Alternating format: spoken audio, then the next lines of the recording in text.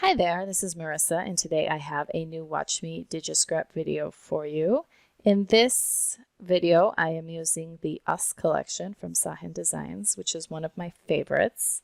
I actually used it for a few spreads in a couple of these weeks around here when my daughter was born. I really liked it. So in this video, I am just doing this page here for week 7.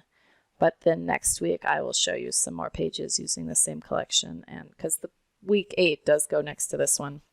It got kind of confusing because I was using the same kit and I think moving my photos around at the time because I had a lot of photos right now because my daughter was born. So anyway, I am just going through here as I usually do, putting the papers in the background, and once I have them in a way that I like, I will start adding in elements. Thanks so much for watching this video. If you enjoyed it, please give me a thumbs up. And if you'd like to see more, please subscribe to my YouTube channel. Have a great day.